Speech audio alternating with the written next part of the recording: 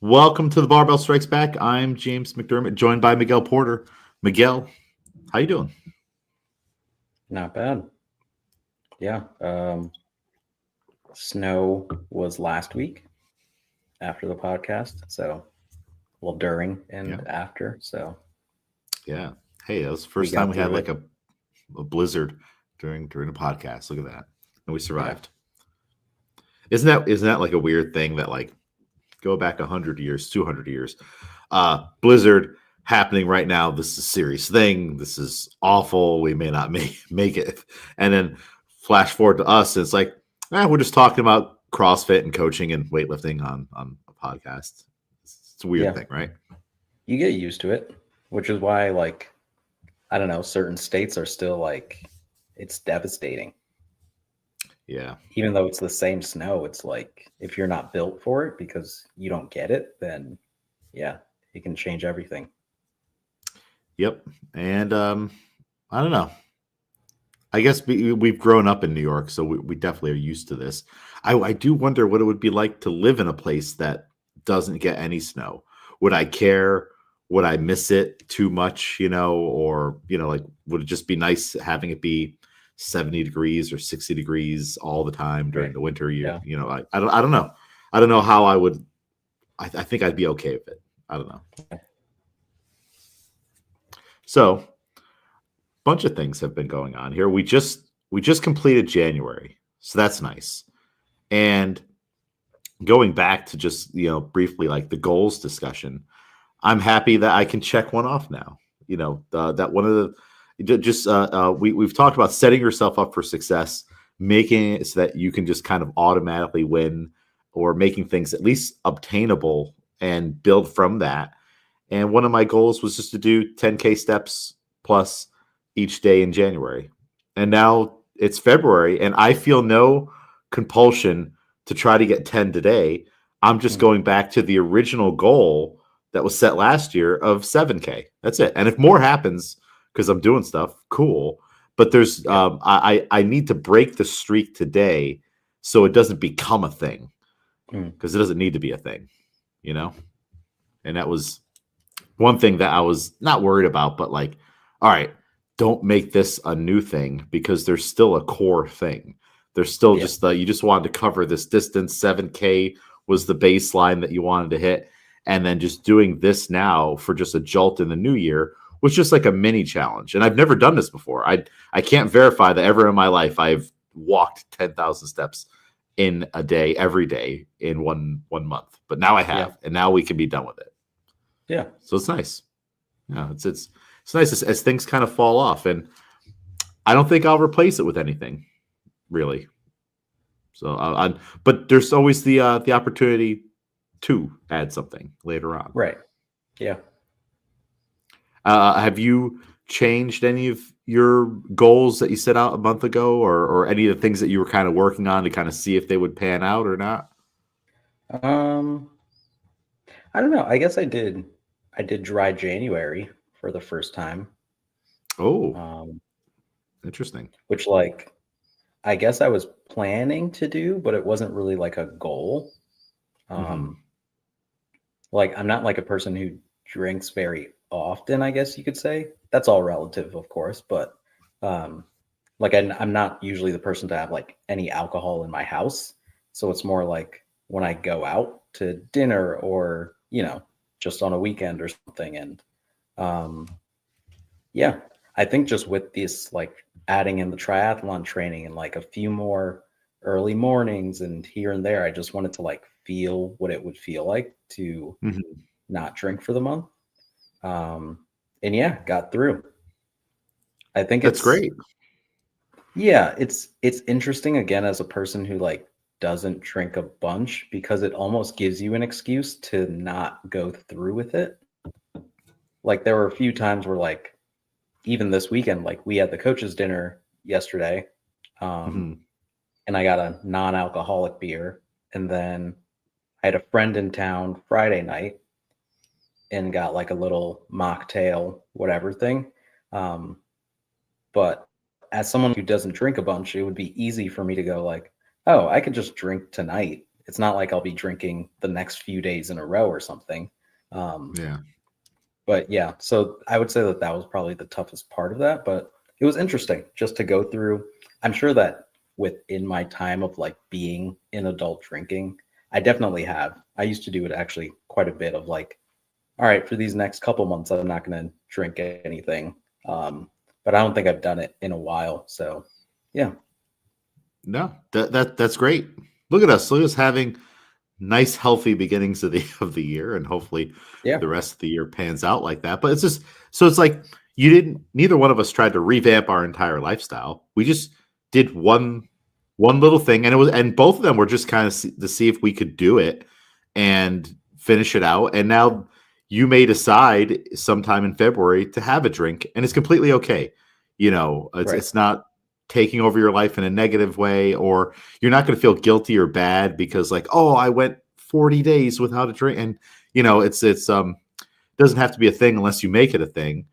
And you probably felt some positive returns maybe on performance. I mean, it's not like you were drinking all the time anyways, but like did you have you noticed any kind of difference in just like, all right, I feel better day to day, or a full month in, I feel a little lighter on my feet, and because alcohol is like it's poisonous. It's not good for Yeah, you, like literally. Yeah. yeah. So it's like, even if you do it once in a while, it's still gonna take a few days more than you think to actually recover and purge everything out. And that can affect you in workouts or other things you want to do. So anything like that you noticed? Yeah. I would say there's a lot of compounding effects, I feel like, that come with alcohol. But I would say, like, I still was able to go out with friends and, um, but waking up in the morning after a late or later night, you still feel that level of like tired, but there's a Yeah. difference between just I was out late and had a couple drinks. Like even the difference between one or two versus zero, like I could wake up and be like, I'm just tired, and that's good. It's Yeah. just tired. There's no like, I don't feel like congested or anything like that. Um, and then also just if you're out all night and you're, on the way home, you're thinking that's when you make like the bad food choices because you're out so late and you're just, um, or like you're out at a bar watching the game thing, and then you're like, this is the perfect time to get this thing, and you know, all those things just have pounding effects. So yeah, Yeah. definitely like a Saturday morning wake up was definitely more pleasant than typical, I would say. No, I mean, like you were saying, it turns into a gateway. All of a sudden, you're having all these other things that you wouldn't normally have, just because you've already opened a door, a pretty big door. Yep. And I think that's cool too that you point out you can still go out and hang out with people. You can still have a social life and do things, and they make like mocktails and non-alcoholic beers. That way, you can kind of feel like you have your thing too. Everybody's, you got Yep. to be holding on to something, and it's also I will not like, say, oh, just to jump in here, now that I've done it, the prices for a mocktail are insane. I don't think it makes sense. If the drink with alcohol, let's say is $13, if oh you my god, take out the alcohol and it's $11, like that's not what it costs. no. So yeah, I don't know. I have a bone to pick with that industry. Who do we talk to? Non-alcoholic beers are still pretty cheap, but I mean beers are cheap. So, but like a mocktail should never be above $10, I don't think. That's crazy. Is it? Do you think it's like a out of spite thing? It's like you think you're gonna get one over on us and whatnot. So we're just gonna make this just as expensive. Or it's I because really like we don't could know be putting because these ingredients towards other things. I don't know. It's but still getting consumed. I don't know. yeah, no, I don't think it makes sense at all. I think it's unfortunately I do think it's like a preying on the person who's not drinking because Hmm. you can just get water, of course. Um, but you don't want to because, you want it to at least look like or like it's more fun, right? Where it's like everybody has a cool glass with like the little sprig of whatever in it, and it's like a cool color. And you're like, Yeah. I want that too. That would be cool. And then yours is like basically the same price as theirs, and it doesn't really make sense. But they know that, and they know that you'll just pay for it. So yeah. Yeah. And it's like they know that like when you have your social cue thing, that when you go to a group of people or whatnot, it's like, oh look, they're also here doing what we're doing. Like, it might be weird if like, oh, you have nothing. Like what are you doing here? Like, that's Mhm. it's a weird thing. Yeah, maybe you could ask the bartender next time, like, all right, like maybe you get like a regular drink, but you're like, hey, I'm just wondering, why is the mocktail Yeah. just as much as this? And that's crazy, $13. I don't ever remember paying that back in the day, which it's Oh not really yeah. Yeah. that far back in the day, but like, oh my gosh, that's insane. You know, um, Hmm. yeah, I don't know. I think maybe $8, not maybe $9. I don't think it broke 10. I think like it was like a nine, that it's Wow. high enough, but maybe not enough to deter you. I really don't know. I'd have to Yeah. to. Now, I'm sure I we would can say in look the that up. past, from when I started like that time of college to now, I would say like drinks have probably gone up. Everything has gone up probably in like a ratio. Like beers have probably gone up like $3 no matter where you go. And then Hmm. mixed drinks have probably gone up like $5 or $6, honestly. Yeah, that's wild. Yeah. Hey, Yeah. I'm fine for water. Fine Yeah. for ginger ale, something like that. It's I'd rather spend money on like more substantial things like food. But overall, nice, good positive way to start the year. And have you had anything drop off where you're like, I was 7 days into that and decided it's not the value wasn't there. Um, no, I guess that movie thing that I did the first week, Yeah. um, trying to watch a movie a day, that did drop off. But I think what I'm going to do is um, a different theme every month. Hmm. So, yeah. So, like February, first day of February, happy Black History Month, everyone. Um, I'm going to try to watch more films by like Black directors this month. Hmm. So I'll probably try to hit like 10 or something this month, and I'll Okay. keep count of that. And then I'll have a theme for March, April. Um, but yeah, A that like separate movie a day wasn't gonna work. a separate are these like separate lists? You're like, all right, this was my February 2026. This is what Yeah, happened. All yeah. my ratings. All right, that's cool. Well, you got to watch. You got to watch Sinners again. It's coming back. Oh, for Uh, sure. Yeah. it's coming back there's a lot of movies. This must be because of the Oscars that they're all back Yep. in the. Okay, and Yeah. So the I noticed they're Oscars all is $7.99. And I'm like, does mhm. that apply to me too? Because like No, it doesn't. All right, so no. I don't have to pay $7.99. It's still 50 cents. Yeah, yeah, Okay. Because sometimes they get you, where they're like, no, yeah. this If it's like one's a extra special event. special. But Okay. All right. yeah, as the Oscars, they're in March 16th. So all those movies will be everything, especially like the best picture nominees, will be back in theaters probably for Hmm. a little bit. I do want to see F1 now that I've seen the other racing movie that I think was comparable to it. Oh, funny enough, they're big into Heineken Zero.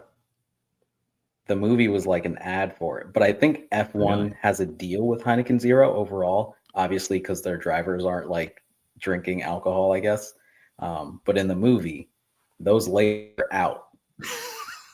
What is it? But I mean, is it just like like I hate that when you're watching a movie and you're like, this is just all right. You're a little too heavy handed with some of this advertising. Is it like that? well, that's what I thought when I first saw the movie. I was joking with Renee about it because she's big into F1. And I was like, yeah, there was a lot of Heineken Zero ads like all throughout the movie. And then I was watching a race live and I was like, Oh no, that's just real life. Like Oh, okay. Heineken Zero and F1 are like they're like this. Like they're really tied. So yeah. Advertising. Uh, it's I don't know. I guess it's normal in a lot of sports. They just started Yeah. like I remember back when the WWE mat was just a blank canvas, or it might have in the middle Mm. the logo for the event or something. Now, if you look at it, the advertisements for companies are everywhere. Like the ring is literally just like in every corner. There's like 3 or 4 different logos. They're on all the turnbuckles. They're on all the signs. Yep. And I don't know. For that in particular, it kind of takes away a little bit from it. It's like I don't really like look at like the Undertaker. It's like, all right, I can't take you as seriously of being an undead monster because of all these ads on the floor that you're Mm. standing on. You're standing on a Toys R Us ad, and then there's a gas station ad over there and whatnot. I understand like the company's making a lot of money, but they're taking a little bit of away from like the overall aura of it, I feel. Yeah. I think it's interesting because of how some sports have to start versus where they get to. Because we're not used to like what you're saying, like you're used to how it used to be, and then it kind of built to this point. The NBA is similar. They started to put logos on teams on their jerseys, Oh, I but hate if you that. look at sport like soccer, sometimes the biggest like name across a jersey is not even the team name. Wow. But so like they've always been like that. And then even we go WWE and then we go UFC because of how UFC started, like they almost always had to have those logos plastered everywhere because that was the only Monster. way that they were getting funding, Yeah. is by And plastering those everywhere. I can accept it in like UFC because like, oh, all right, like it doesn't matter. It's not like these guys are Yeah. both like this is legit. They're going to war. Someone could get really hurt. All that stuff. It's an actual fight. But like in the pretend fight realm, it seems a little weird, Yeah. Yeah. especially when like whatever the wrestler's background is. It's like I come from this and this or blah blah blah, and it's like you're standing on X companies. I don't know. It's weird now, Yeah. but we'll see if that ever happens. I don't know. Do you think that could ever happen to Like, oh, of course it could happen to CrossFit. Do you think I mean, when do you think it's gonna like be full blown? And we have like companies in our space, but like, do you think it could ever get more crazy with like just like all right, there's like the Bank of America logo right there in the corner or this or that? um, if they had the opportunity, if Bank of America wanted to give CrossFit, they absolutely would. Yeah, they would. I mean, It'd be a lot of yeah, money. it's as simple as well, like Rogue is, we're just so used to Rogue that we almost don't see Rogue anymore. Yeah, But I mean, like they basically sponsor whole events where they're like, how can we use as much of Rogue equipment in this event as possible? All right, just do one bar muscle up, then jump to the next rig and do another bar muscle up. Instead of doing 4, we'll just set up 4 separate Rogue rigs. yeah, So I don't know. I think we yeah, just get used to the ones that we see. and like you go back to the first CrossFit Games, and they had a Panda Express banner up, Yeah. So it's like I'm fine with like a little bit, but like that would be just totally weird if like all right, all the games athletes like your pair of shorts has like 8 different logos on it because everybody's got to get on there. Right. And then they're probably all right. If you want your logo here on the shorts, this is 20 grand. If you going to be the second, like it's just all itemized and sold down like that. I don't know. Let's keep CrossFit separate. Let's keep it pure. But I know that doesn't bring in the money. Like if Exactly. you have like a Bank in America coming in and they're like, hey, we want to put our logo all over the place. We're going to give you X amount of money, and that X amount of money like covers like all of the prize purses and stuff. It's like, oh, all right, well, that's really good. We're not going to have to pay out that stuff on our own. So Yeah. well, um, got a quote here to read for it to you.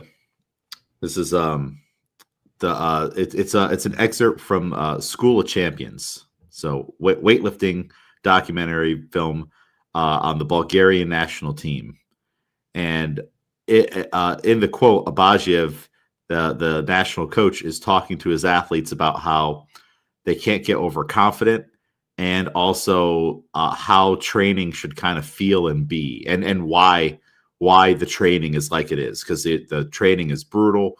They don't have any windows. They don't do anything else.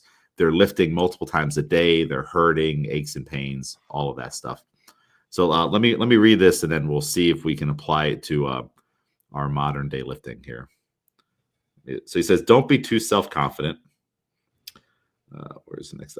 Don't think every day will happen easily. Besides, we are in a period of training. That's why we don't need recovery. Because being recovered, the organism is not in extreme conditions, not in unusual conditions, not in adaptive conditions.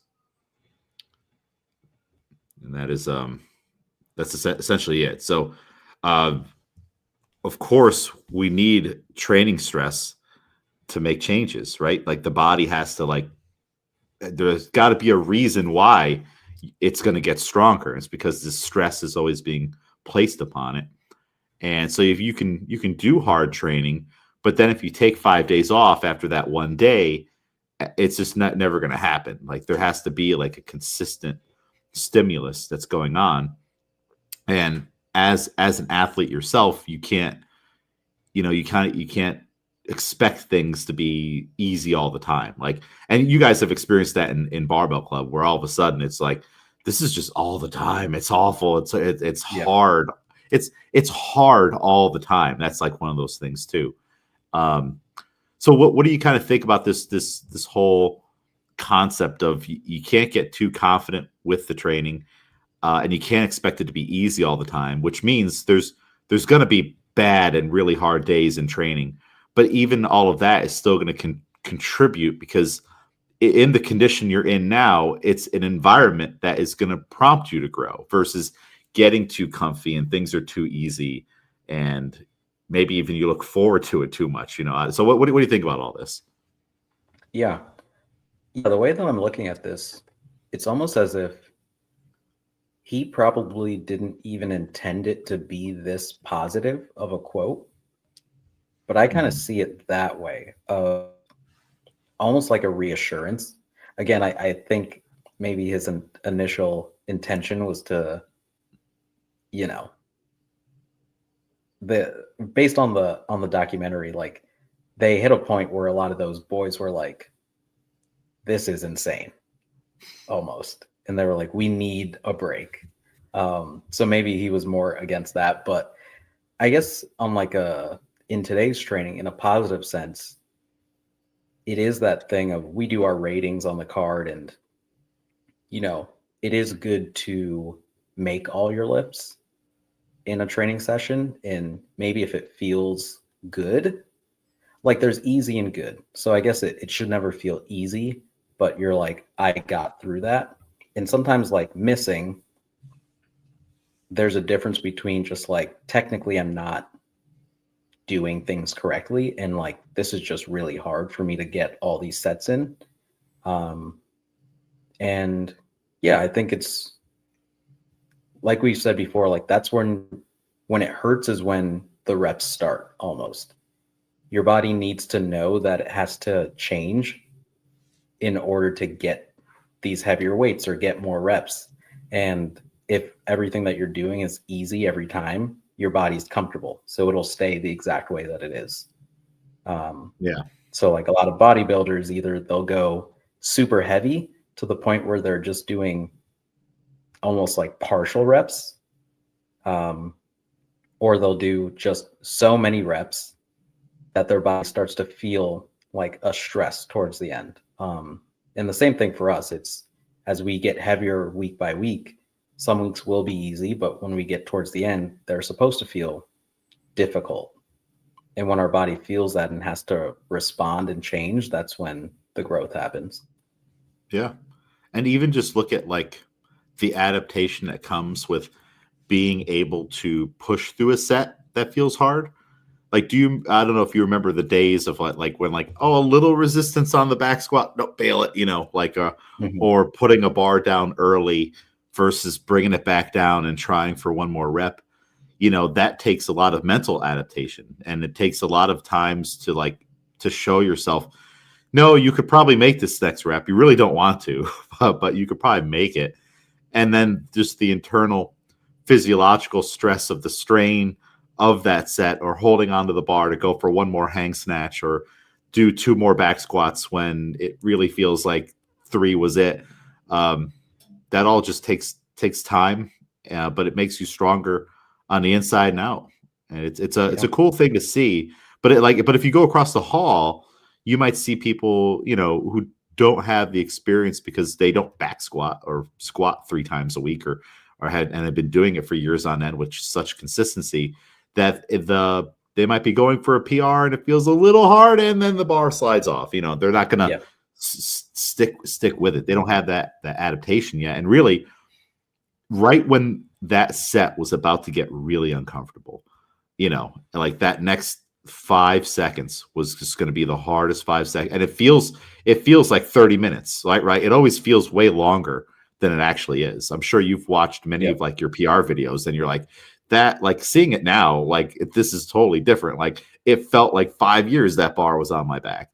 It's just something that they haven't trained yet, and they may be too used to giving in. Like, I'll tell people in the CrossFit classes, well, like when the barbell says, or asks you to put it down, say no. Like, you have to hold on to it for another set, and that's where the value comes into scaling to a weight that allows you to do all the reps unbroken, or not overly gaming it. Like, all right, I'm going to do 10 wall balls here, put it down. It's like, no, you need to just keep going. And when your body like gives out at 17 wall balls and you're missing the target, that's when you put it down. You have to have all of those instances too. But back to weightlifting, boy, like the hard adaptation of doing like the triples and the doubles, even on the main lifts, versus like if you're only doing singles all the time, okay, you are doing the main thing, but it just doesn't test you in the same way and doesn't push you in the same way, even mentally. So probably even more so mentally, because if you just went heavier on the main lifts, it'd probably even out to like an 80% triple. That's you're breathing heavy, but just it's interesting too, the mental adaptation that happens along with just okay, I did get stronger. Because don't you need both of them? You need the physical adaptation, but if like your mind isn't also adapting, there's going to be something missing. Yeah. This is going to hurt, this is going to suck, and doing it anyway. Yeah. Because like we know with meets, it's like the time frames can just go in a way. Your clock gets stolen. You just made an attempt, or you just missed an attempt, and you have to go right back out there. And you feel like your body hasn't even got a second, but can you push past that? Do you know what that feels like? Yeah. And look at the amount of times that you guys have to do complexes or doubles or triples, or sets that happen in close proximity with one another, on a timer.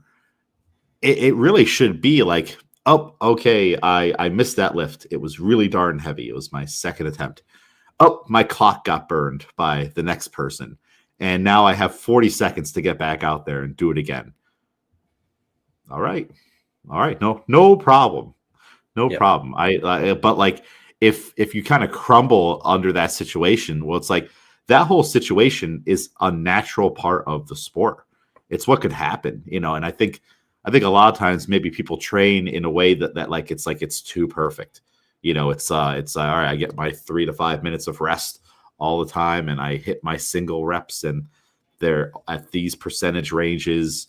But that's why you have to practice the skill of maxing out and going heavy with different rep ranges, and just like barely sneaking under the bar on the second rep, and then at least trying for the third rep. and that conditioning and everything. So it's like, yeah, you should be ready. I don't think weightlifting is, I don't know.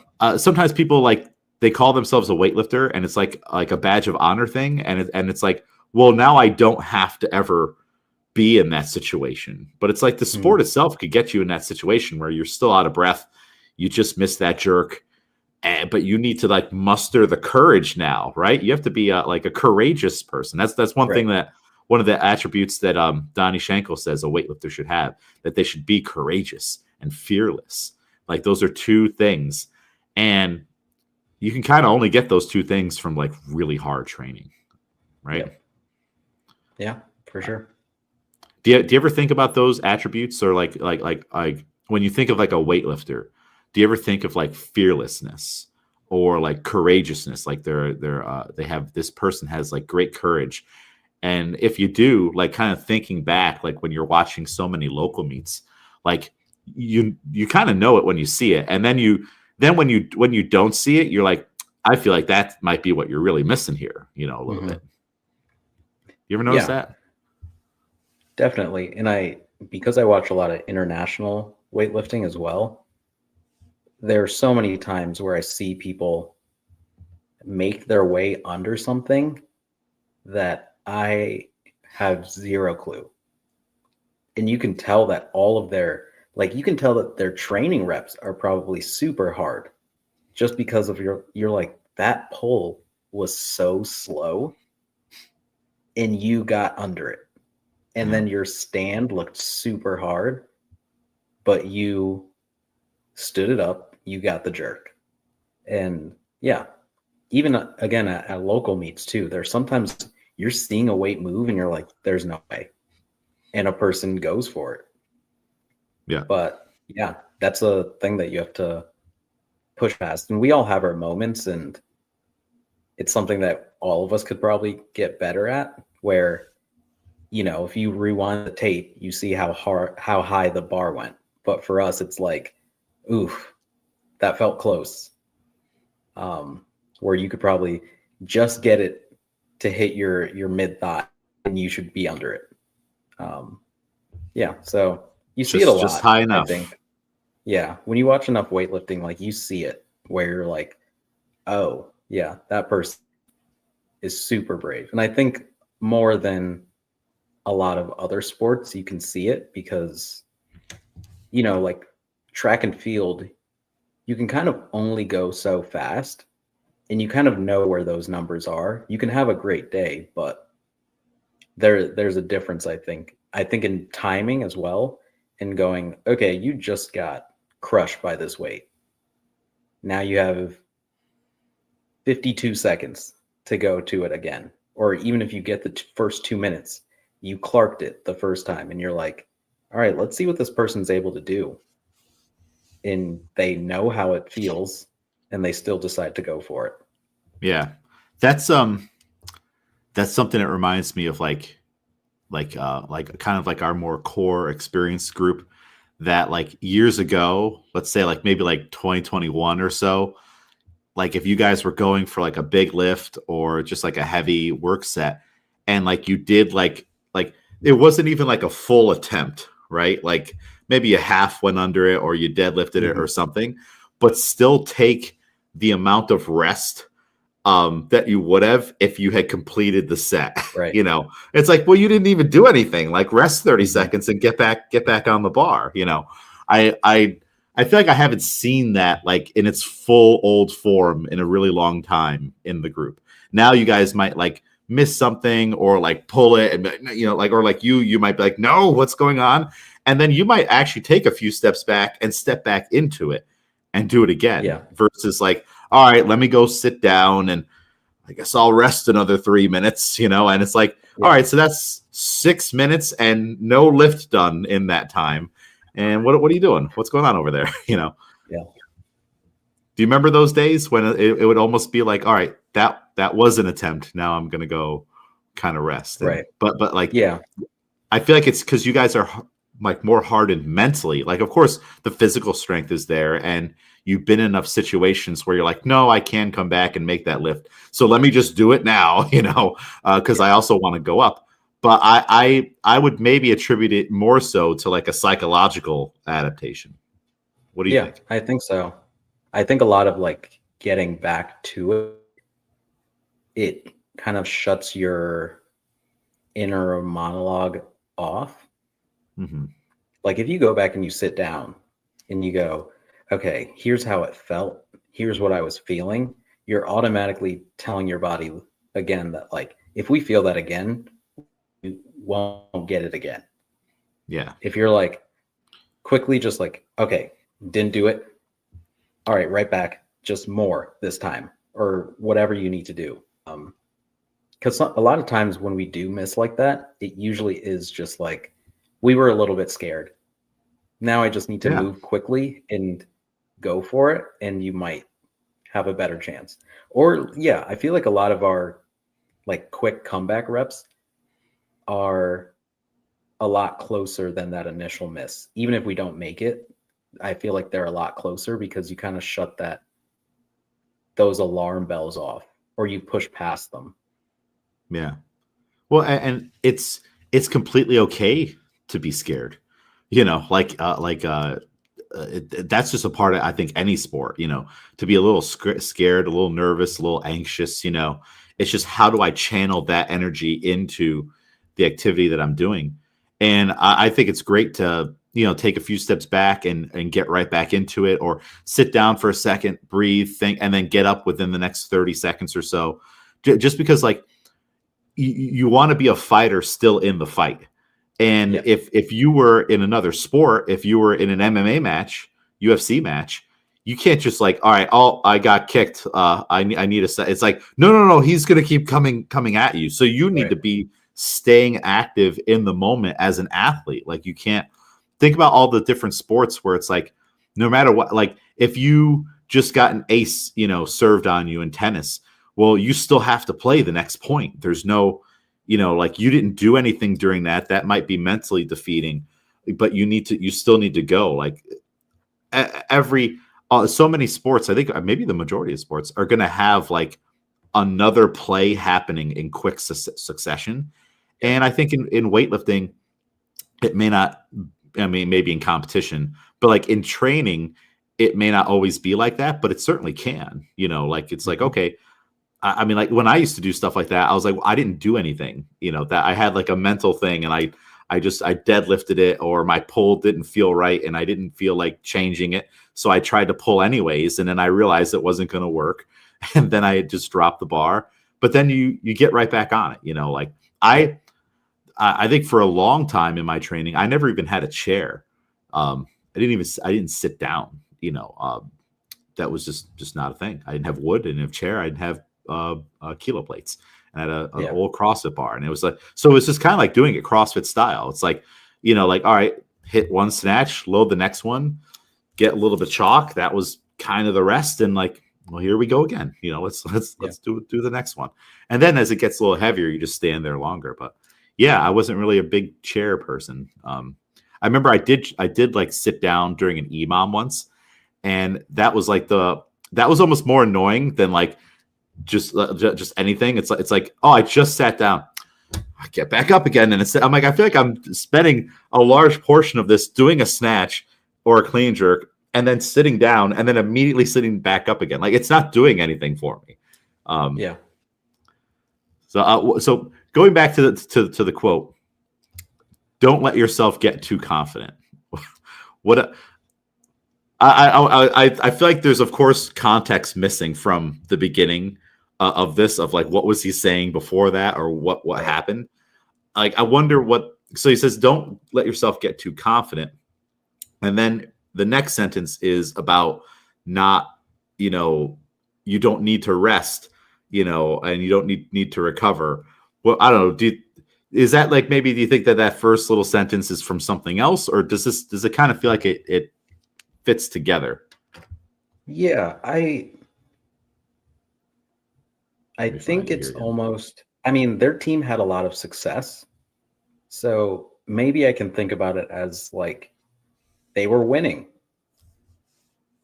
So maybe they thought like we're doing everything right. Yeah. This is how we should be trained. Like, yeah, I'm already winning. Why I should go into practice feeling good about what I'm doing. Okay, I feel like I'm resting. I'm still ahead of everyone. So maybe Yeah. not even letting your foot off the gas, but like, we're going at a good kind of clip here. And he's like, no, we're going to keep on hammering you. Like, we're widening the gap. Yeah, I was wrong. The first, it's don't let yourself get too self confident, and then the next sentence is don't think everything will happen so easily. And Mm, he's talking to a room full of world record holders and world yeah. champions and Olympic medalists, like you're just saying. So it's like talking to that room. It's just like, you know what? Like, you were a champion yesterday. I don't care anymore. It doesn't matter. We have the Olympics coming up. Will you be Yeah. the Olympic champion? Because we're only going to care if you do that again. Like, winning the world championships was last year or a month ago, or the Europeans or something like that. So that does make sense. And then just to kind of go into, like, he's reminding his group of elite weightlifters, you don't need to be pampered, you don't need to be recovered, all that stuff. And this is what training needs to be. It's like, I'll tell people in CrossFit, you know, during like a Metcon, like when they're breathing heavy and stuff like that, it's like, this is great. This is how it's supposed to feel. Like, you ever tell that to people in the workouts? It's like, you're doing just what you need to do. This is how this one is supposed to feel. And like, you'll tell them before, but it's hard for them to grasp when you tell them at the Right. whiteboard brief and all the buildup until they're in the middle of round 3 and you can see that panic and you're like, this is it. This is what all of the prep was for right now. And this is a very crucial, important part of this right now. Yeah. Yep. Kind of reminds me of what's coming up for us here in the Almond Cross the Barbell Club programming with double pause front squats. Miguel, it's going to get uncomfortable. It's going to. So this is one of those things where it's gonna feel hard. It's gonna feel just like the back squat one, except now there will be a lot more doubt on whether or not you're standing up with it at times. Yep. And it's going to be so much more stressful here. Like, we take for granted how easy it is. The whole thing's on the back. But as soon as you move it over like that bunch of inches there, that's going to change everything. But what it's going to do, if done correctly, is it's going to open up flexibility for sure for everyone here. Just hold the letting such heavy weights stress that position, and your shoulder's going to be like, I should open up. Yeah, you should. So I can hold this easier. It's going to increase the strength of your whole core, your whole upper body, your upper back too is going to get really, really worked. It's, of course, there's the leg strength that comes along with it, but like that's like almost like an afterthought, like the leg strength, because when you go to get up out of the front squat, well, you've all front squatted the weights that you're going to be doing with these pauses before. Like, it's not you've done it for triples, you've done it for singles, whatever it may be. So it's not like the thing that's changed now is the time that you're holding on to it. That's what will be hard. So you can stand up with it. You just have to believe you can stand up with it and fight to stand up with it. And that's going to be so much great, like, adaptation and points towards getting up out of a heavy clean, which our team doesn't really get pinned on cleans too much. But what I think we'll see here is when you do get up, it'll just be that much more efficient and easier to stand up if we're training in this way, which just makes the jerk easier, which everything at a certain point after just turning the bar over, everything now shifts to like, how can I make my life easier when I'm going to go do the jerk? And then since we are doing those standing pauses, that's going to be a big part, I think, too, that helps people on those jerks. Where let's kind of use Chris as an example. He can clean more than he can jerk. But once we get those heavier weights up here, okay, we've never put it overhead, so there's a mental block. We may not have the strength to support it overhead, which really, like, we're not trying to push it up or anything, but like, just like the whole thing, even though he can front squat a house, he may not have that just like stability strength of being able just to dip and pop it up there real quick. Yeah. So I think like for someone like him, this will close the gap dramatically on if right now his best clean jerk I think is like 103 or 102, might be 102. We went for 104 at States. He can clean 116 now, right? Yep. So but if he gets 108 on his shoulders, even though it wasn't a hard clean, now it's like you're shaking around. It's like Right. it doesn't feel strong. But now if he's going to front squat 130 and hold it for those pauses and 120 and 300 and fight for those reps, that's going to open up a whole new realm for his jerk. I'm sure of it. We're going to find out one way or another. And then look at how I'm looking at Jennifer. Have you been seeing Jennifer catching cleans lately? Yeah. Hasn't it looked really different? Yeah, and for sure. And I think that the back squats have helped Jennifer tremendously in that, on just getting strong in that bottom position. That focus on like, all right, after you've been pausing, what is the best way to begin this stand? Yep. And you do almost have to like posture up and get your chest up first instead of, just using hamstrings and And if you can catch it already there, posture up and everything, the world is yours. Easy day. But Jennifer's been catching cleans in that postured position, very active with the core and super deep. I was talking to her on Friday about this. I'm like, what's happening here is Jennifer had an abundance of flexibility and mobility, and that's a great thing to have. Everybody wishes they could have that. What Jennifer has to learn now is like, okay, what is too much on a lift? What's enough? Or if I'm going to go to the extremes of my flexibility, my strength has to be there to match it so I don't get in compromising positions. And I think the pause back squats have really helped with that. So now what I think is going to happen, like Jennifer's jerk is actually heavier than her clean. And so it's the opposite of Chris. And, Jennifer off the rack has done 87. And it's been well known that jerk is like, if she stands up with it, the likelihood of it going up overhead is really, really high. How many jerks have you ever seen in the last bunch of years of Jennifer actually missing? Yeah, not many. It's a really small list, and some of those might just come from just total exhaustion because like, all right, you had to be up at 3 a.m. and work a 48-hour shift as an EMT. So it's like, it wasn't even, like on a fresher day, that jerk probably would have been made too. But what I think is going to happen now, hopefully, is that we'll continue to refine that clean catch position. And now Jennifer will be in stronger, more confident catches. And that will bring her clean up to meet the jerk. And also the jerk will probably go up too, because, when it's hard, I think it's harder when your clean doesn't live up to your jerk, because the clean doesn't get you in situations often enough to push the jerk anymore.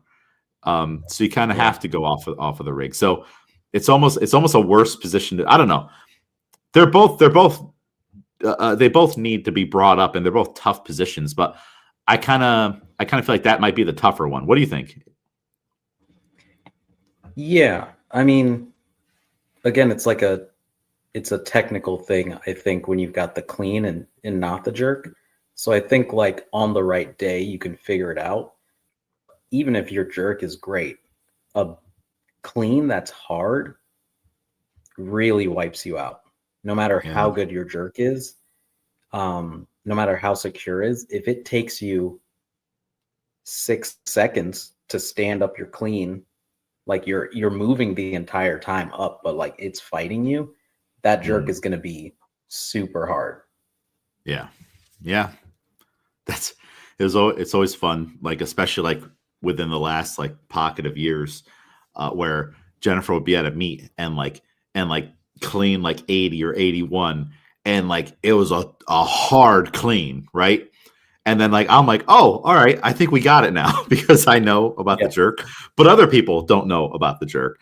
And then all of a sudden, the best jerk you've seen all day just happens, right? And Yeah. everyone's like, whoa, I wasn't expecting, because you're just never expecting that to happen. I think that is a cool. I mean, I would never want that for me personally, where I have to fight for my life for a clean, and people are surprised and like, look at that great jerk. I would rather Yeah. them match a little more. But it's always funny, like when you see people at meets where it's like they you don't know what happened on that clean, and then the jerk looked like is that's I think that's how it looks in the book, and you're like, yeah, Yeah. look, perfect Right. angles, everything. It's that's an amazing anomaly in the sport, isn't it? Yeah. So I think we're going to see some as Donnie Schenkel says, serious gradual adaptation from Mhm. these front squats, and we're continuing our trends here with using complexes for support on drop sets. I am going to test doing them for 90 seconds instead of 2 minutes, but that's only because the yo-yo complex is really fast and it's mostly just pulls. So I feel like the like if we were doing it for 2 minutes, it might just feel like a lot of extra weighting around that maybe don't need to do. It's only three Yeah. reps, pull, clean or snatch. And I didn't attach a jerk to the yo-yo clean one. I was like, the Wednesday's just going to be a jerk-free day where we can just focus on other things. But yeah, so it'll be interesting, and it's cool from a programming perspective to see like, well, what if we spend some time here and like push everyone here on like what changes that could make. And like, I've said it before, I think the behind the neck jerk has been a really positive thing for us on just being able just to have a straight line and get a little better with the technique, but also in certain situations push the weight that we're going to do more than we would have. And we did that more in the off season and in December. In this next phase of the training cycle, we will be doing heavier behind the neck stuff again, as opposed to it being like an accessory and a complex like it was this Yeah. first half. So yeah, it'll be really interesting to see how things go. But yeah, I saw that quote the other day, and I'm like, we should talk about this because it is a thing to think about. I think about like the training and the adaptation part of training. You know what a perfect example of that is in DC Comics, Doomsday. Like Hmm. the character Doomsday fights Superman, Yeah. and the reason he's so hard for anyone to beat or kill is the way that he was created. Where he was created, all right, whatever killed him last before he was revived again can't kill him again. So Right. he might have to fight a Tyrannosaurus Rex and get really messed up during that fight and the stress of it, and then lose and kill. And then when he gets revived, that thing can no longer ever hurt him. He's gained the strength from that encounter. So Yeah. it's that's essentially what we're doing. Every workout you do beats you down, breaks you down, and then you get a little bit stronger until eventually that workout can't hurt you anymore. And we have to keep increasing the weights and keep changing the workout just a little bit and have the stimulus be slightly different or change the reps and everything, add pauses, whatever it may be. And then you see the top athletes in the sport, right? Like on they have like when they get to a point where they kind of need like special exercises to squeak out like another kilo or two on their total to try to win. That's partly why, right? Yeah. That's when you need to start doing advanced techniques when like, oh, all right, you have far surpassed now the 3x1, the 5x2s, all that stuff. You might still do them. You're probably still going to do them, but now you need like to do like some heavy SOTS presses at the bottom Yeah. to get your or do like those bottoms up overhead squats that you'll see the Chinese athletes doing. It's like, all right, it always looks flashier, right? But like it's not for everybody yet. Like it's not, Right. it's like a novelty thing. So any other thoughts on adapting to workouts, or maybe even like not being too confident and not expecting things to be hard? No, I mean, I guess only thing I was thinking of is in Dragon Ball Z, it's similar to that Doomsday thing you were saying. Oh, really? Um, the Saiyans, they get something called a Zenkai boost. Mhm. If they have like a really hard battle and they like barely survive, then they get a stronger boost after that. But like they have to be in danger, essentially, like near Nice. death. And then when they survive, they come back stronger. But if it's like super easy, like they don't gain anything from that. Um, so yeah, that just popped in my That's head. that's totally it. What Yeah, is Zendai Boost? Is that what it is? Zenkai. Yeah, Zenkai. All right. See, that's what we're doing in every Monday, Wednesday, Friday at 6:15. We're getting our Zenkai boost. And it's yeah, like it might. I mean, week one of those back squats, I think, was a Zenkai boost. mm, Especially week two because you guys knew what it was going to be like and you could push it even further. But yep. yeah, that's exactly what we're doing. I gotta watch Dragon Ball Z one of these days. We'll get caught up there. I have another quote from a famous weightlifter. Have you ever heard of Anatoly Pizarenko? Yep. I believe Russian, right? Russian weightlifter. And he did an interview, and they translated it. And in the interview, he was talking about how he he never really purposely wanted to get into weightlifting, the sport. He wanted to do bodybuilding, but Yeah. at that time, bodybuilding was banned. So the only way that you could get a pump and lift weights and stuff is if you were going to be a weightlifter and do snatch and clean and jerk. And then he just says, "Yeah." And then I got carried away with it and became a champion. And it all just came very easy to me. And he's like one of the greatest of all time. Like, can you imagine that of just being the guy where you're like, yeah, I just want to get a good pump. They won't let me do what I want to do. All right, let me just do these exercises to build up my muscles. And then I got carried away with it and became a champion, like multiple Olympics, all that stuff. Is that's a is that just we never would have found this special person if they weren't forced to do weightlifting? Would he have found a way to be a champion in anything that he did? Is this just like what is this person where it's like, how do you just get carried away and be one of the greatest of all time? I'm just and then would that have happened in any way that he would have gone in life? Because he is just that person. What do you think? Right. I do think it's like a luck of the draw, lightning in a bottle thing. Hmm. Obviously, he had like a mentality that brought him to that point, but I'm not sure if it was like anything that he wanted to do.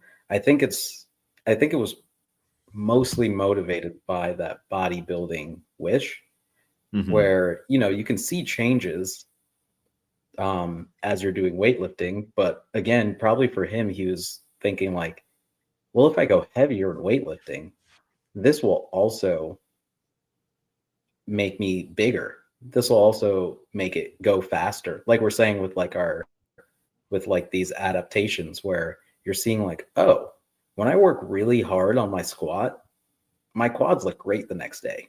And then he's like, imagine if I go heavier.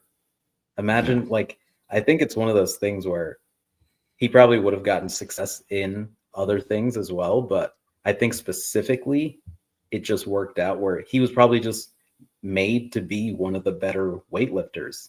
And because of the way that things were, he got forced into pursuing weightlifting, where he Yeah. could have probably just gone bodybuilding and been okay at bodybuilding or even like decently good, but he was probably just made to be a weightlifter. And didn't even know it. Like Yeah. his personal best, his best snatch, 206 in 1983, best clean and jerk 265 in 1984, and that same year he also totaled 465. He won 3 world championships in the 110 plus category, and he won 4 European championships. So no Olympics. But it's like yeah, and his physique while doing it too, he's completely jacked. So Yeah. he's literally a giant, monster of a person. I can't remember if it said it here. Oh, okay. He's 6'1", 265 pounds, so 120, just a Mm. solid rock of muscle, and Yeah. but still has the athleticism to do a 206 kilo snatch. He probably would have been a decent bodybuilder. He probably would have won some shows and stuff, but like, would he have like been like throwing down with Arnold and the other guys, Right. which I think by now that by in the 80s they might have been done. But like, would he have been at like that kind of an ilk? I don't know. Maybe not. Right. It's hard Yeah. hard to tell. And who knows too. So all right, he clearly has the drive to work and that internal intrinsic motivation to be the best in what he's doing. He's probably really competitive. I wonder too, though, how much it was like the system he was in, like the Mhm. coaches also like pushing him and like helping him to get there. And of course there's supplements that you would take, but like Right. he's all right, and he's going to take supplements in any sport he's in. If he was a thrower or whatnot, that's just how the game's being played. But it's like, I wonder, like, the resources too of the national team in Russia. So yeah, it's your environment. Like, look at the environment for the Bulgarians. Like, their coach is like, "Hey, you're a champion. It don't matter. Like, this is still going to hurt, and we're going to make it hurt because that's how you become a champion again." And then you look over here. I don't know what was going on in the Russian weight room, but he definitely had some great teachers. Yeah.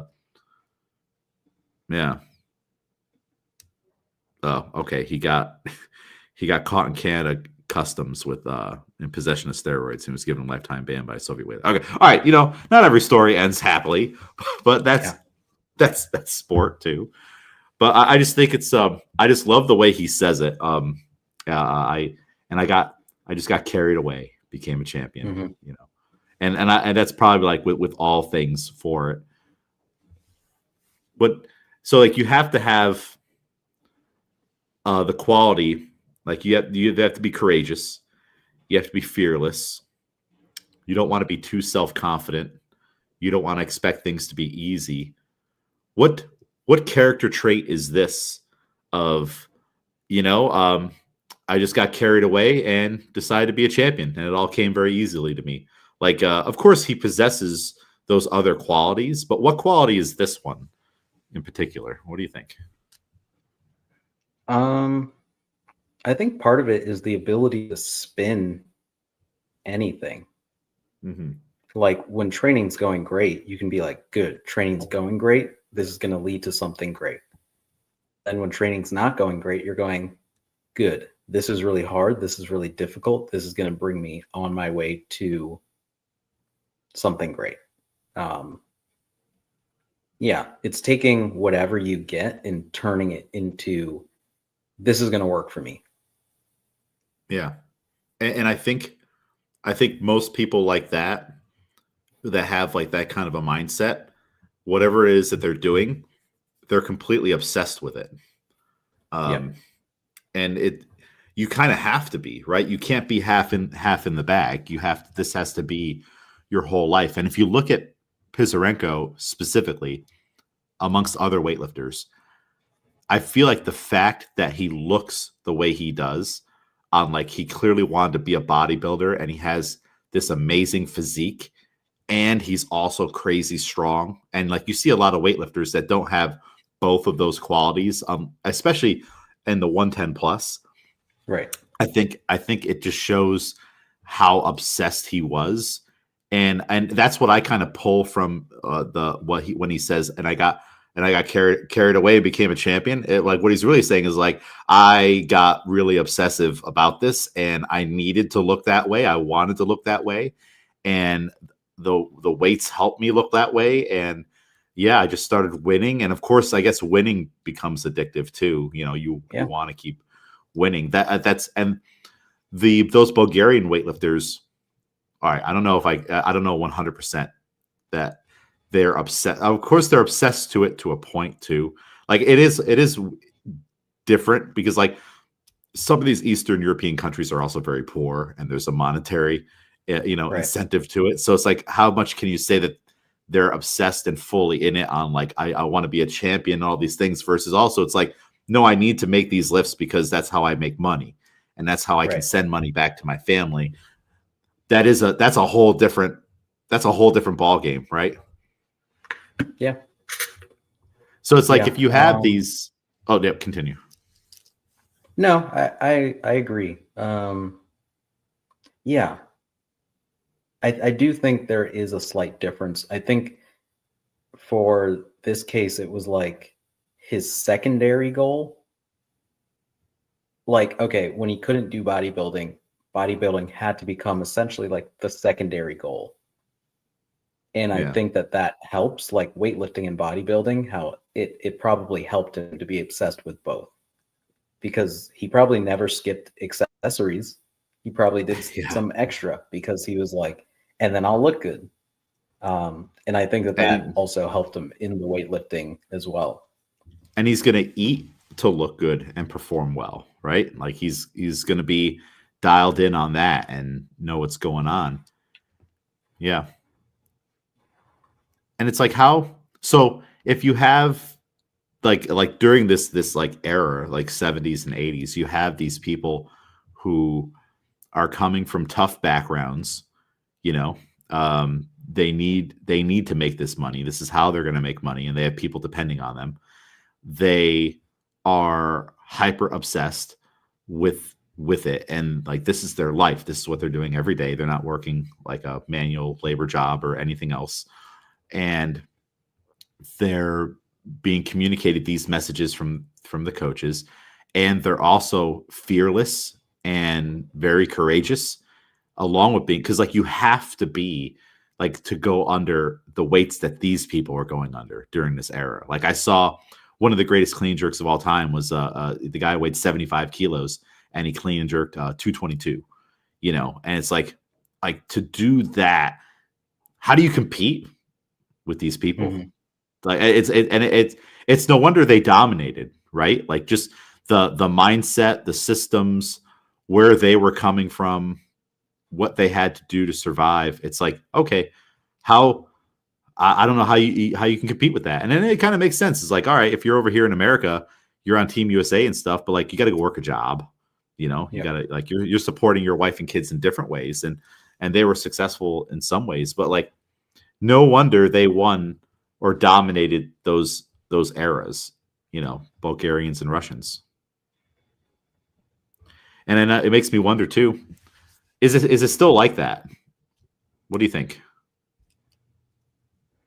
Um, well, it depends. I mean, I was looking at something with Carlos Nassar this past week, and there were a lot of things with just his federation, I think.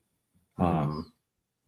And I don't know if federations are as involved with the success of their athletes. And I do think a lot of things have changed. Like overall, the world has become a lot more individualized, which I don't think is a bad thing. But I think a lot of these federations have kind of gone through a cycle of not as much care or culture in, devoting these things to these athletes. So we still see numbers going up and everything, but it's not like these people don't feel as pushed, I feel. Mm-hmm.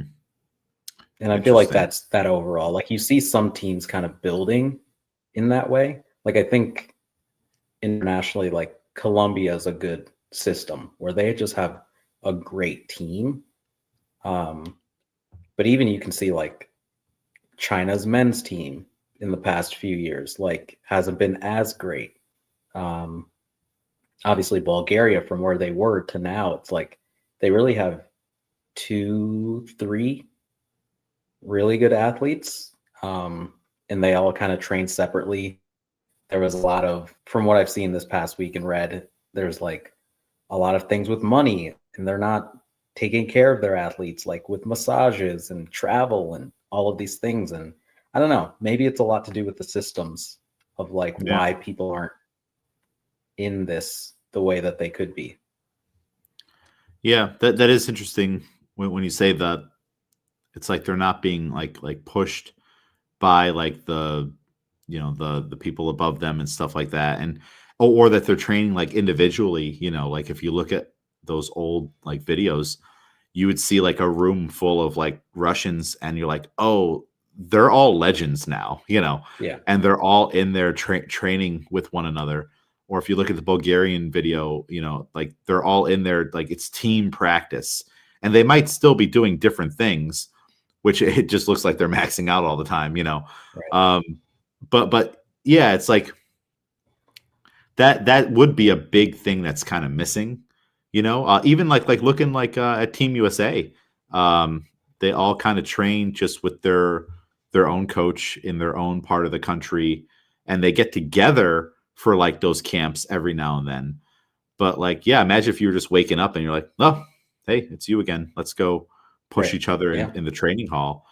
It's definitely going to, I think, yield something different because if you see your teammate do 222 weighing 75 kilos, that's gonna push other people to do crazy things. Like the amount of like world records they were probably breaking all the time in just training and like exceeding it on different things. I saw one video of I forget her name, an athlete. She was front squatting and doing a jerk with 180, which was like a couple kilos above the clean and jerk world record for her weight class and stuff. It's like, so imagine like if you're like the people on the other racks seeing that, and you're like, oh, like I like the ceiling is so high in the room. And that's why it's good to have that training environment where you have teammates to push one another.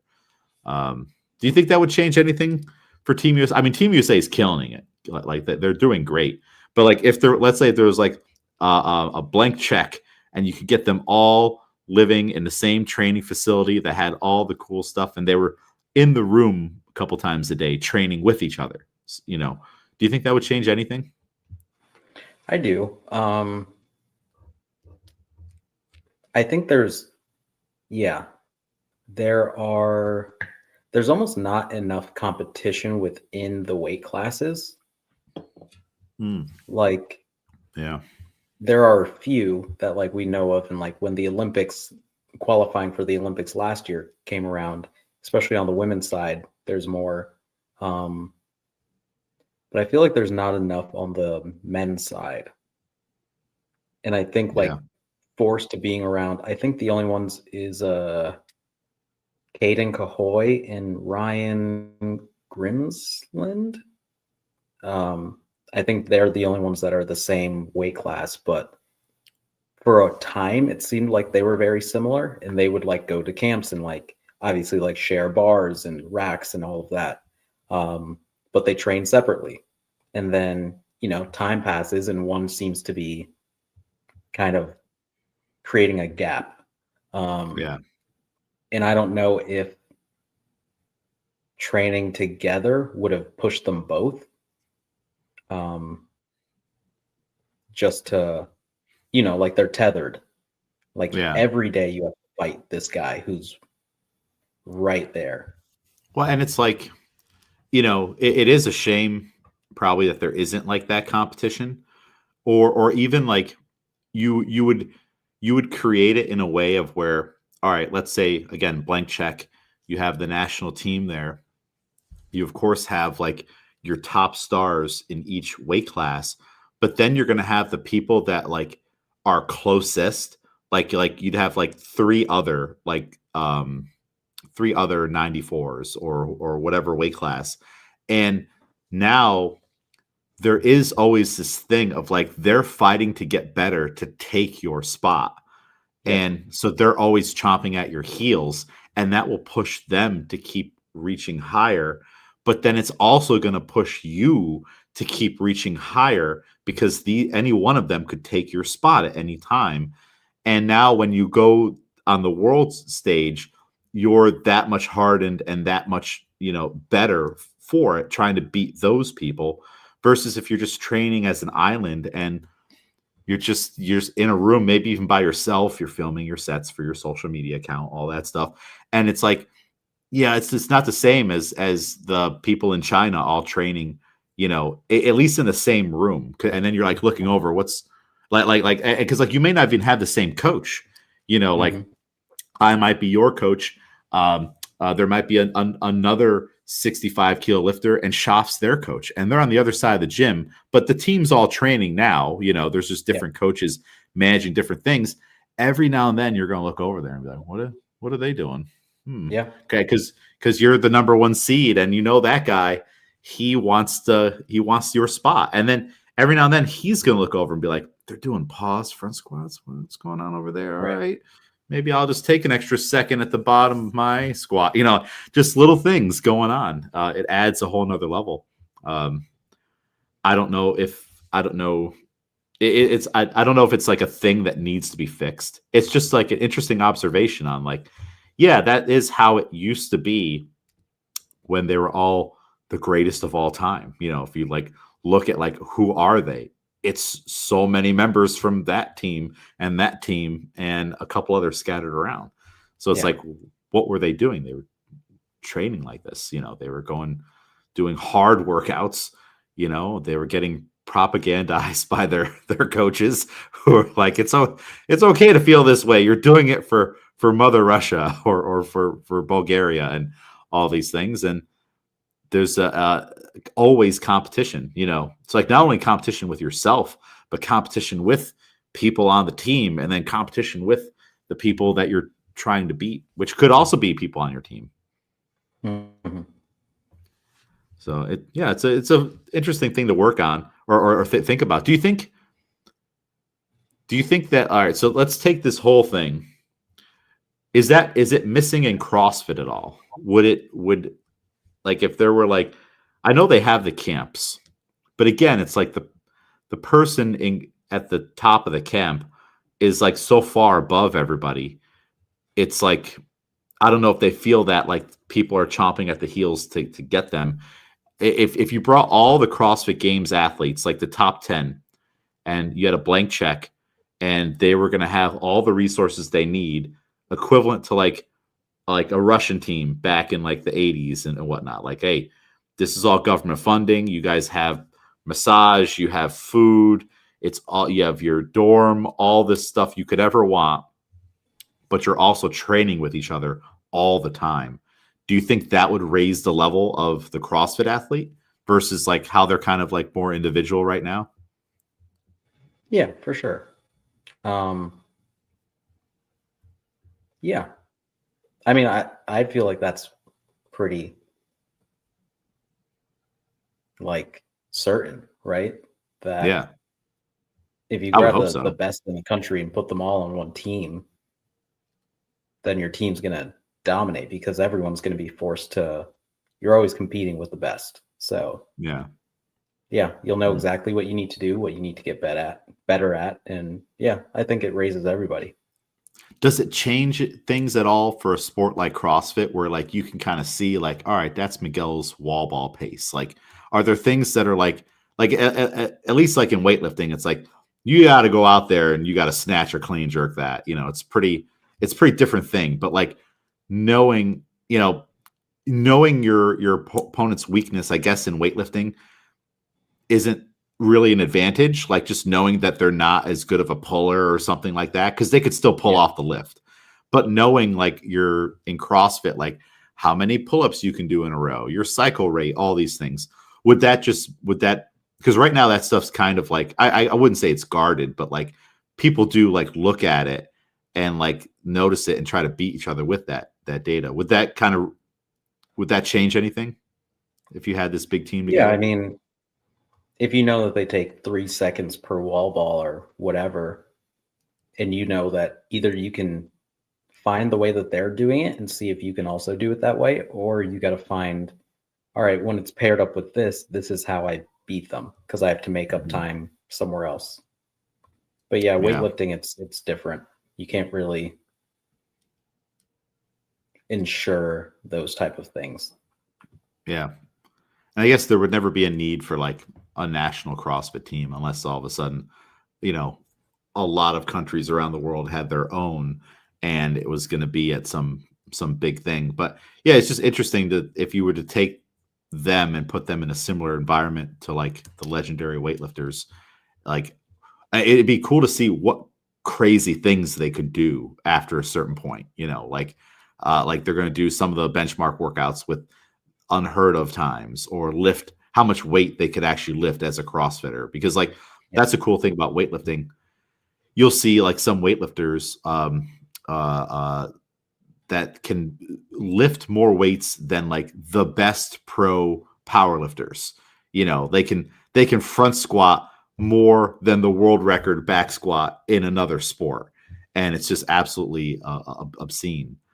So I wonder if eventually you would see CrossFitters kind of raise the bar that high, where they're lifting weights comparable to like high level weightlifters and powerlifters, and also doing gymnast stuff that is comparable to those people, and they can swim so good, but it's like just below, and just kind of be like this incredible well-rounded athlete. Like that would certainly like make it hard to argue against CrossFit, right? To show it in that fullest expression. Is that fullest expression possible? Where like if you gave it like 15 more years or 10 years, or I think maybe 10 might be enough, or 20 years, that they would start to do that the way weightlifters do that with other strength sports? No. And You I don't think mean, so?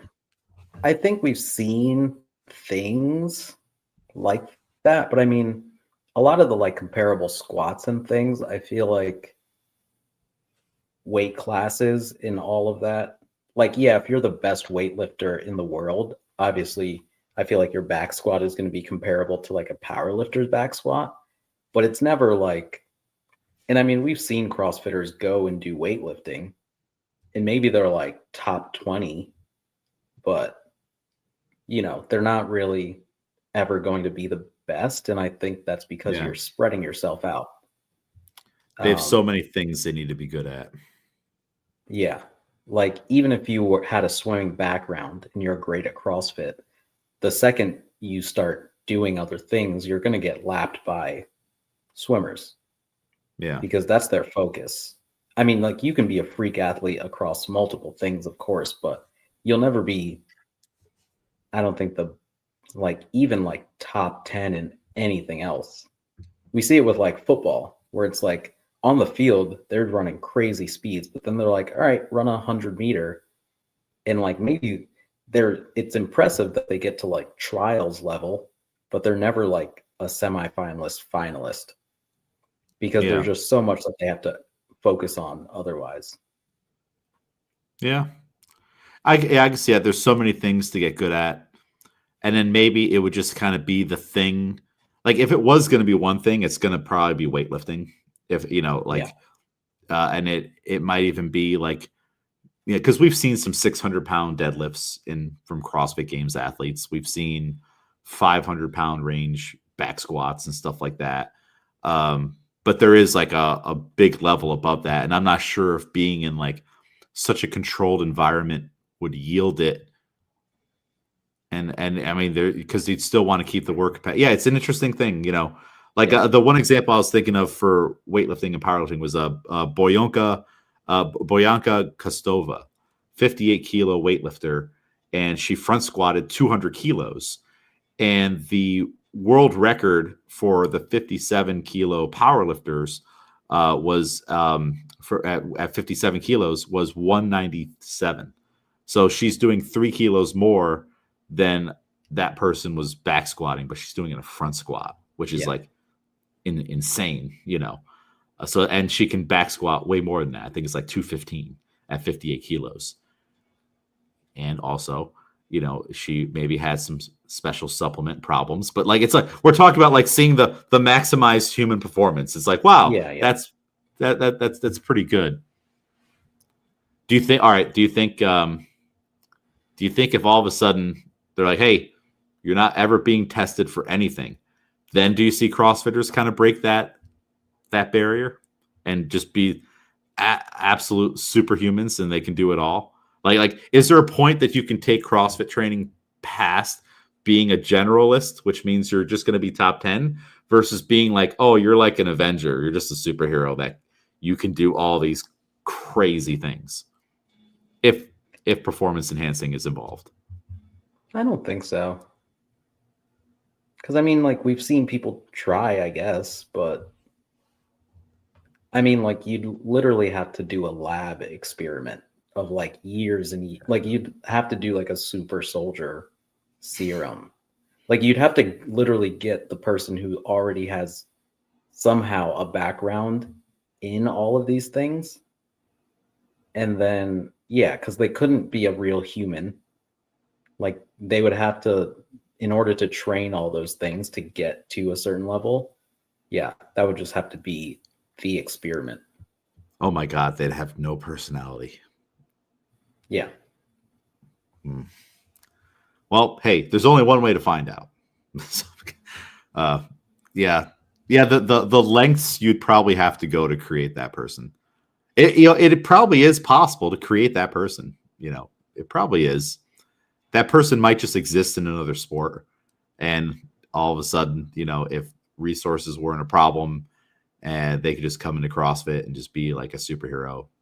Maybe I guess we've seen a mini version of that with Matt Frazier and his weightlifting background coming into CrossFit and then just getting really good at everything. But he also possessed so many qualities that allowed him to do that, And I don't know if putting Matt Frazier in, so he did have the controlled environment, all the equipment, someone making their food, all that stuff. But I don't know if putting him with a bunch of guys that are like almost as good, I don't know if that pushes him to another level. I don't know. He was already just so far out in front. Yeah, no, I mean, genuinely, across like weightlifting, he didn't end up being that successful. Like there was a cap for him. Yeah. So like across that field, like it wasn't there. He wasn't like the best at swimming. He became a good runner, but like against a runner, definitely not. But like a good CrossFit runner. So yeah, no, I think people still have their caps and ceilings. Yeah. Yeah. It's interesting to think about. All right. So we're not going to create a superhuman CrossFitter, but we're going to turn our weightlifting team into superhumans here for sure. Right. Now, what did you think of this article I sent you on skills transferring core movements, or why core work doesn't always transfer to skill movements? Is the title of the article from Power Monkey. Interesting discussion to have in there, right? What do you think? Yeah. Well, I think overall, again, you can bring it back to weightlifting where because of all the lifts and everything that we do, we all have like pretty good cores, I would say, like pretty good core strength control there. And same thing with like our backs, right? Where because of all the pulls and everything we do as a squat, like we're getting basic overall. Yeah, this is actually leads directly into the last conversation of like we're very generalized, but there are specific things, and you can even see it with what we've been adding in. Like we're doing side crunches, and that's a different feeling that we don't hit typically when we're doing just regular lifting or regular sit-ups or even hanging from a bar.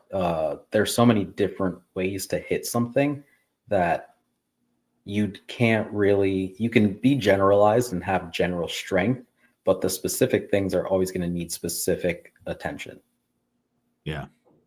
It's like well, in the article they talk about the hollow body position and how you can be really strong with it on the floor and have it look beautiful, but then you may not be able to put it into real practice, into the kip swing or into a handstand, and also it's going to look different in Yep.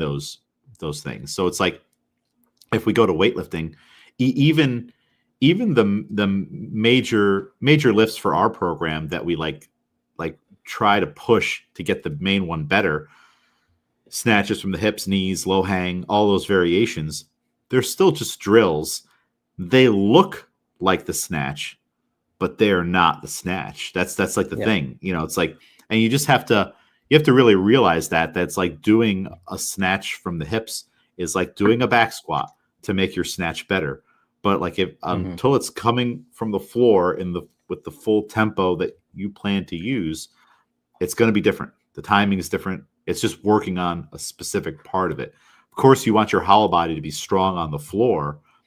The same way, there's benefit to training neurologically and the strength, for the muscles on the high hang snatch and just being able to finish vertically and to pull under and all these things. But you still have to be able to do that within the main lift. You still have to be able Yeah. to find the power position from the floor, which is a hard it's a hard thing. It's not an automatically intuitive thing to all of a sudden work on snatches from the hips for months and then go to pull from the floor and have that barbell find that spot again. That's why you need to work on the main lifts. Yeah. And yeah, so it makes a lot of sense. And I think sometimes maybe we give it made me think maybe sometimes we give the hollow body position on the floor too much credit. I don't know, or maybe like too much focus would because like it's like, all right, if you want better pull-ups, okay, work on that from the floor, cool, but also you got to be able to do it in the air. And like let's jump to the Superman. Boy, that's a hard one on the floor and on the pull-up bar. And Yeah. how many Superman positions do you see are with people with long legs and feet together and active glutes and everything? Like, how often do you actually see it performed well in the air versus also on the floor? It's like that one seems like there's an even bigger disconnect on just what Yeah. people can do, because it's really hard for people to do it on the floor and it's really hard for people to do it in the air. So I don't know. Do we give maybe sometimes too much focus on the stuff on the floor and maybe not even enough focus on in the air and how to do it in the air?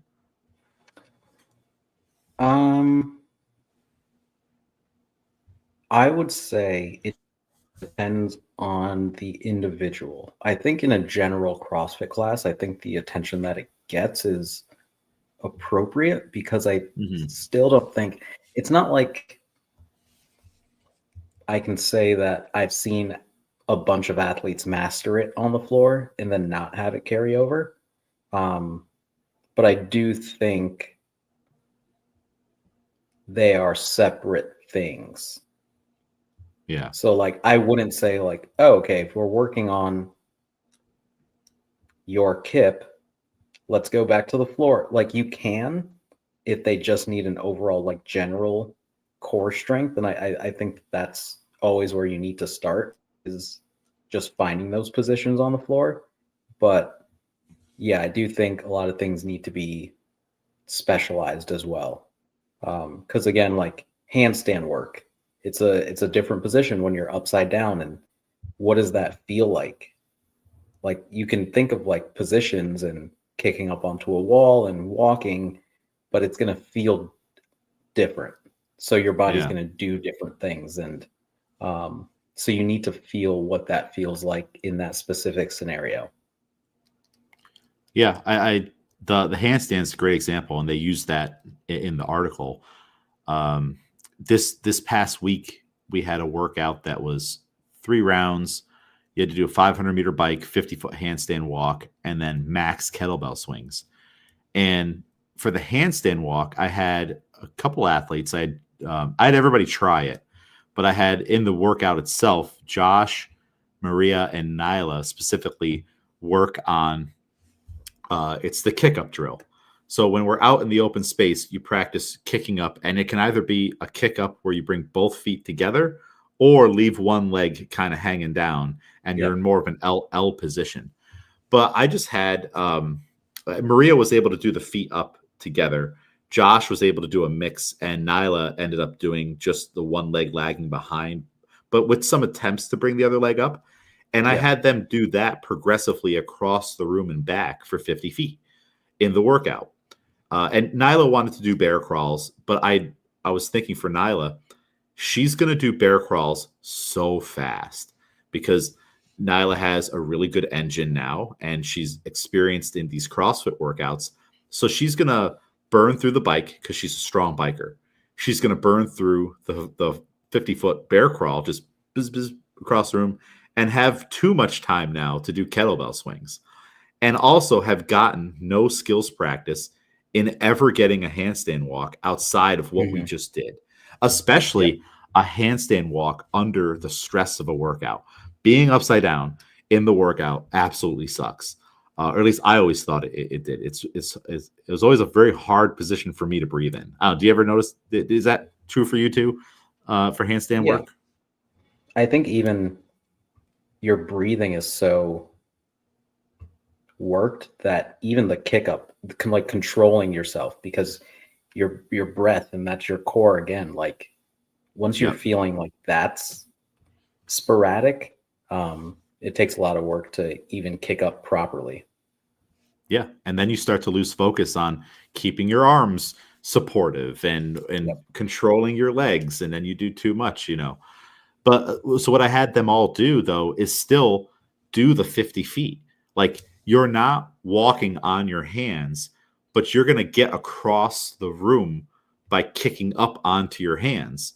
So like you would take a step, kick up, come down, and then take another step. And you're not trying to shuffle. Like you're just step, kick up, feet together, step, kick up. It's essentially like a jerk step. Which the recovery helps you inch across the room.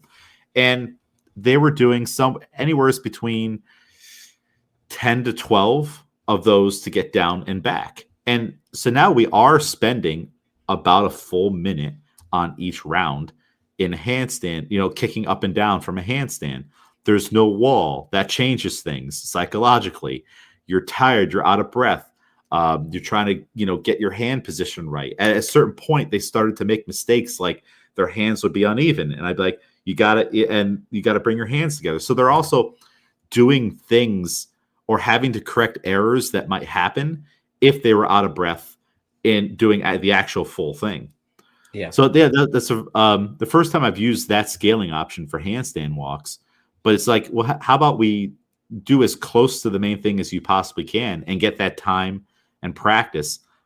And eventually, I think by doing that, you'll get to the point where like, all right, you know what? I'm actually comfortable doing this. I've got the reps to bring my other foot up, or I'm going to just try to move my hands or figure out what do I need to do to even pause, in that handstand for a second.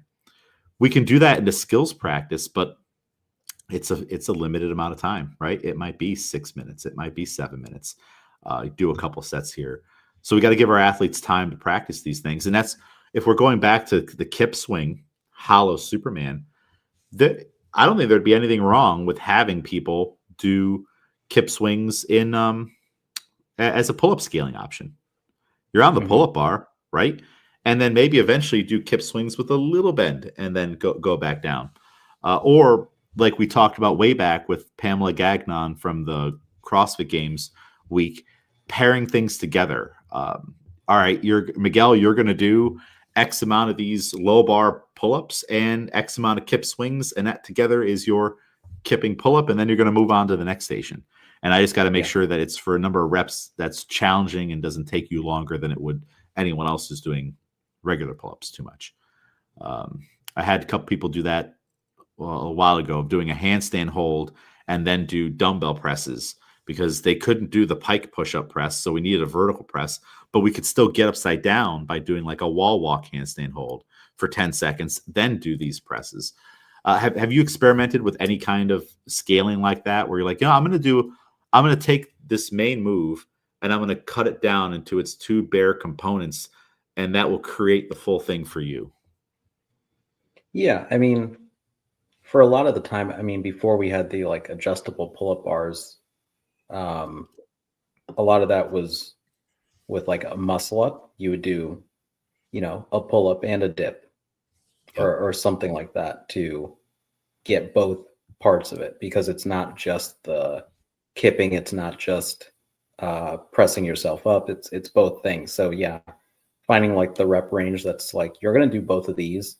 One, because maybe even like if they're ring muscle ups, maybe we're not doing the boxer pose or muscle up transition in a way that's like really helpful for us. So maybe breaking it up might get that same stimulus as the actual muscle up. Yeah. And there was a time where that was one of the big way. It's funny. Let's go way back again. All right, one of the ways to scale those muscle ups was to do X amount of pull ups and X amount of dips and work on those things.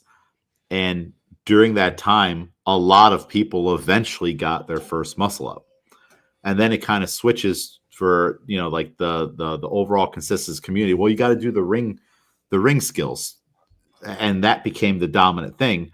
And it kind of feels like less people getting muscle ups now Yeah. by that, and of course you need both, but isn't that kind of funny how like that's how it used to be done, and like a lot of people got their first muscle ups that way, but then you change it to a more muscle up specific thing, and I don't feel like it had the same results. Right. It's an interesting Yeah. thing. Mm-hmm. Yeah. Back to the article here. I like how they broke it down into what like where does like the failure or like the limit to your abilities kind of come from. And they said, if all right, first of course it's the core isn't just one muscle group, it's a collection of things that make you stronger, and you just might have an imbalance in one of those spots. Like you might have strong abs but weak hip flexors, like they say here in the article. You might have good anterior strength but your posterior strength isn't that good, and those imbalances are going to affect your ability to make the shape. Like you might see someone who has like very well defined abs and they can hold the plank and do sit-ups for days and stuff, but then you notice those glutes aren't quite as developed, and the backside of their body isn't as developed, and like you can see it play out when they're trying to do things. You're like, this is very easy, but I can barely do anything here to open up for the Superman. Yeah. So that would be first one. And then the second one they talked about was just the awareness part of it becomes more important as the movement gets complex. The hollow body positions on the floor, it's taught as a nice curved shape, low back contact in the floor. And then you're just going to hold it. But when you get upside down or you start hanging, you have to support your body weight in that position. And the curves might be closer, into a straight line, but it's still like the intent is there on like you might have a straighter hollow position, but everything is still globally flexed and engaged to be there. And that's where like we do that a lot in classes where people are on the pull-up bar and like you're just constantly trying to get them to lower their feet to the point where they do straighten out, but they don't lose here. Like they don't all of a sudden have a huge anterior pelvic tilt where there's this big curve at their low back. They can still maintain that little tiny tuck thing, which is what we want. And we're trying to teach from the floor. It's helpful to know these things, because otherwise you could kind of like try to get people to do an exaggerated portion of the movement, and that might throw them off too. Like it's important as coaches that we know the difference. Like if you try to get people in this more curved shape on the pull-up bar, well, that's not necessarily the reality. And what is that going to do to the swing? If you see a really good gymnastic swing, it's super tight and compact, right? Yeah. That's going to be hard to hold and maintain if you're just completely bowing out. So I think it's important for us to know as coaches the purpose and the difference in how it's going to look in different places. And I think I know I need to do a better job of like maybe just relaying that quickly or a little bit more in class on like, okay, we, especially like maybe if, in a situation where I'm going to have the hollow body and Superman be a part of my progression, which I'm a fan of for like a pull-up. I like to do that. So let's start on the floor.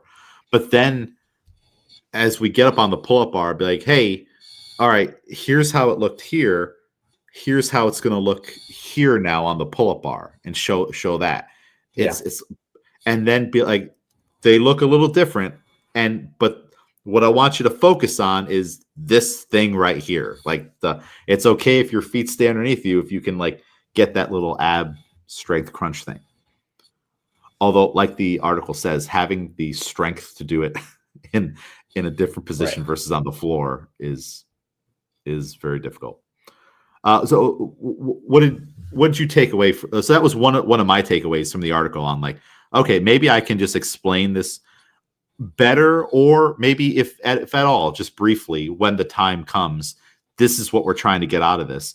What did you have any takeaways from the article? Yeah. Like we said, I think the floor is a good like general way to it, like because they might not have the strength to immediately hang on a pull-up bar and create these positions or get upside down. So the floor is a great way to get like a general here's what it is. And then I think that plays a part into that awareness too. So the floor is a great way to be like, do you feel how, your shoulders are up off the ground, your hips are turned this way, and then kind of bring that elsewhere. And I think again, with the kind of need to specialize in try different core work exercises just to give them the awareness of here's what this feels like. Now what like a suitcase carry is different from a farmer's walk. And why it's important to do both, because you're going to be feeling it in different areas. You do a side crunch and you go, oh, I've never even like felt that specific point. And now you can use it, or you have a better chance in using it more productively or functionally because you felt it before. If it's something completely new, it's hard to then put it into practice versus Yeah. I've felt each individual kind of section of my core that all works together. So as I'm moving through these movements, I can use or recruit all of these different systems into one thing. Yeah. No, you're right on providing like a variety of different things, and that's why we'll do holds, we'll do raises, we'll do rocks to try to feel the muscle engagement. And one of like I've been thinking about the Superman position. Like, of course, okay, we're not going to get rid of the Superman or the arch, which that's its actual name, the arch. But sometimes we only do it with the feet and the arms in the air. But like in my program, they'll have us do a lot of prone arches where the feet and hips are on the floor. But that doesn't mean that they're like just loose and you get to be off with them. You still have to be squeezing your legs and then only lift your upper body with like a PVC pipe and hold that. And that whole position is like, all right, if you flip me upside down and take away the floor, I'm on a pull-up bar. So, but it's like I've not done that one with class before. I typically just default to a regular arch, but like that would be a great one to do. It is also really, really hard, like even with just a PVC pipe. So like some of the drills, like they get tougher in like a group class because of how crazy hard it is. And he's like, well, wait a minute, now I need to have a scaling option for something that kind of doesn't even have any more wiggle room for us to go. So that is a challenge that I see sometimes with some of these like. And so it's like, all right, then we just need to just do the basic thing, but then we can never practice. It's a whole thing. I do like the one that Pamela Gagnon taught at the coaches conference, where you go from a hollow body position into a Superman position, but they're both on your back. And I would say, as far as like what you were talking about with like the engagement of the movement, I feel that arch position on my back going from the hollow there, I feel everything kind of lock in from head to toe way more than I ever do laying face down. Like I understand laying face down, like you're getting a lot of little things stronger in just holding that position or rocking and stuff like that. So I understand it. But in terms of like feeling from like calves to hammies to glutes to my entire back, everything just kind of like compress and lock in together. It's that one facing up. So I've been trying to add that in more to classes and like coach that one more. And people like, oh, I like what you said. They're like, I feel that. versus Yeah. when we're doing face down because of the mobility requirements and stuff. I don't know. People seem to feel it in a lot of random places for the arch, which that just might be where they need that work. Like that's also, I think, important for us as coaches to remember. It's like, all right, just because you're feeling it in your hammies and you're feeling it in like your lower back muscles, well, maybe you've got weak there and you're strong there. Like so, like the movement is just kind of being expressed where you need it the most, not Yeah. necessarily that you're doing it wrong. Have you thought about that recently or at all? Like, it is okay to feel things in different ways. Like, of course, on a deadlift, all right, you're the only one feeling it in your low back and spine. We kind of want those other move spots to Yeah. engage a little bit too. But you are working your low back when you do deadlifts, so that's not necessarily a bad thing. It's just that's just where you feel it. That might be where you need this the most, maybe. Yeah. I was actually thinking about it yesterday because on a pull-up bar, I can feel, and I feel like I have a way better arch position than I do on the floor. Like obviously, like as you know, I have my issues with doing Supermans and like Yeah. rocks on the floor. I think part of it is because of it might be like my quads, like Mhm. when they're up against the floor, then trying to keep them together and trying to keep everything together. That might cause some issues, but I feel it a lot better on the bar, maybe because they're like more open air, like it's easier for me to squeeze them together right next to each other without a separate kind of force pushing against the front of them. Yeah, I because do feel it's a little they'll bit, squish out if the yeah. floor is there. Um, and maybe again because it's more of that straight line, I'm putting a little bit less pressure on my lower back. But I do feel that I hit that position a little bit easier when it's just on a pull-up bar versus the floor. Yeah. No, I think you're right. Like I'm trying to remember you kipping, and you are able to keep your feet together when you kip on the pull-up bar, but on the floor, getting getting the feet together Yeah, is a it's little. I find it really hard. I don't know. Yeah, it must be that. Hmm. Yeah, it's funny because it did come into my mind yesterday during the workout where I was like, huh, I can never do this off of the floor, but on the pull-up bar, like I feel like I have a pretty good like Superman arch position. Yeah, interesting. Yeah, that's and even with like the hollow body too.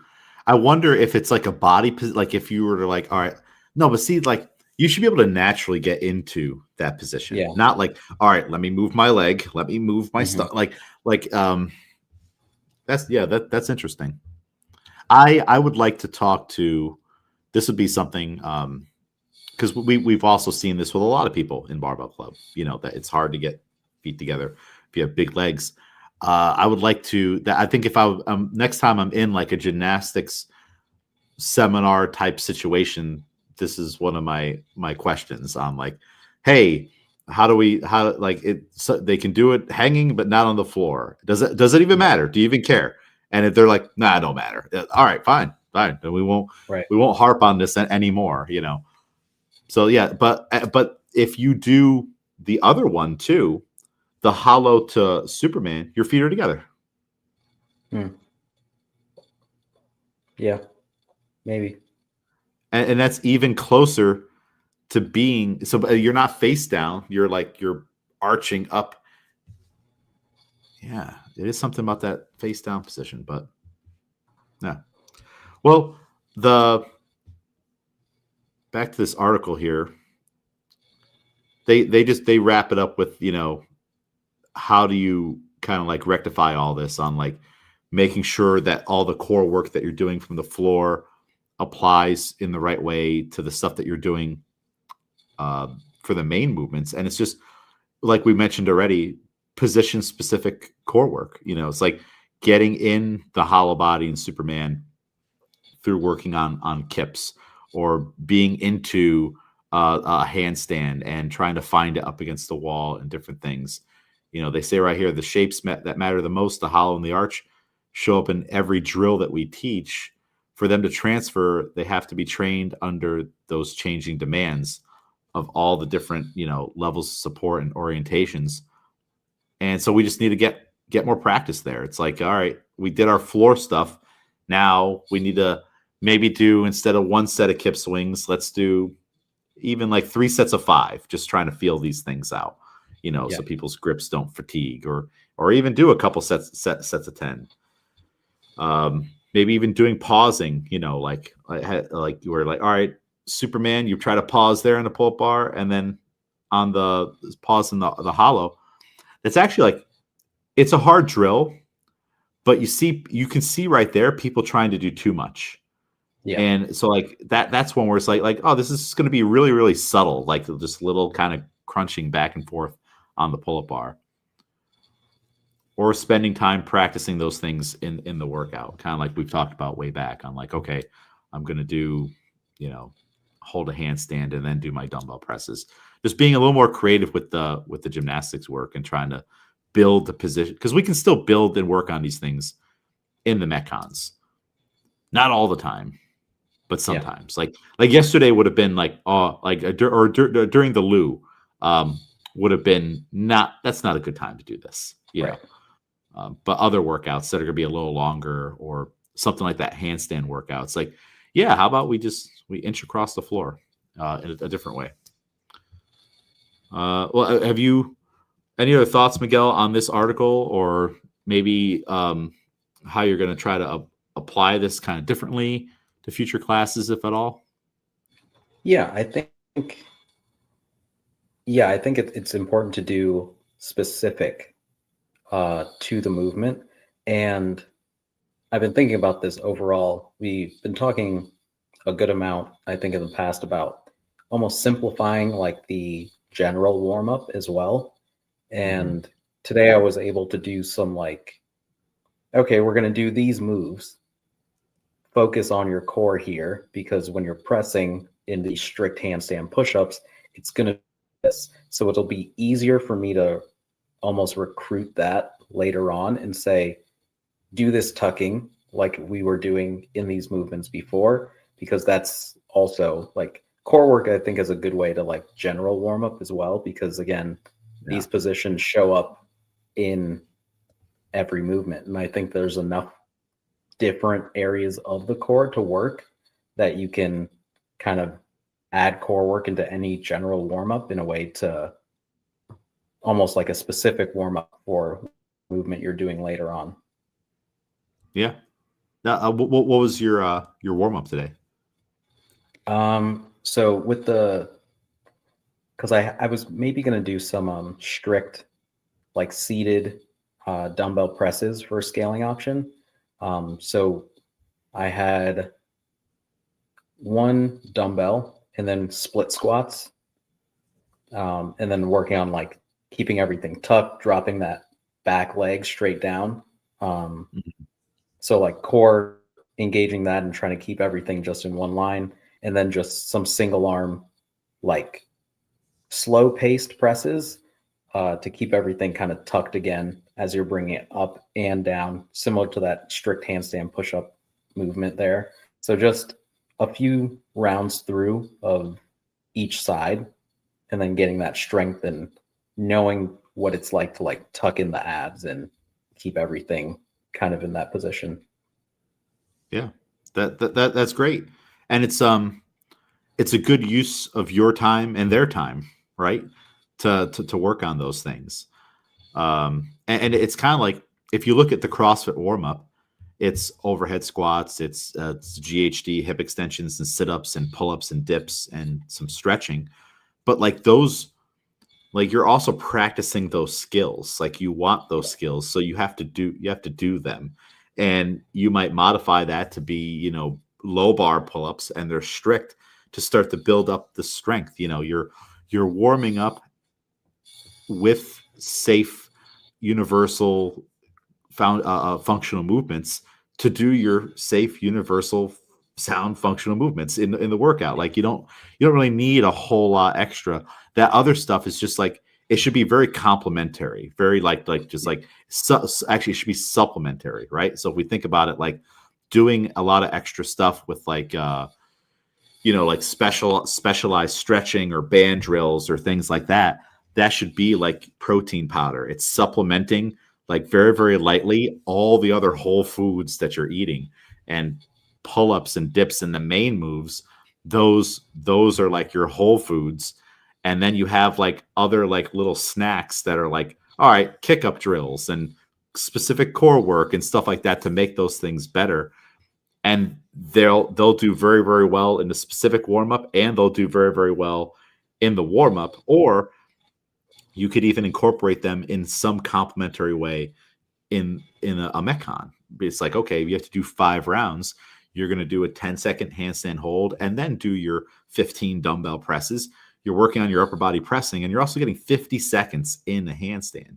And after round 1, not only is it 10 seconds, but it's 10 seconds really tired over there on the wall and like working it harder probably in a way, or focusing in a way that maybe you would have if it was just you're already fresh.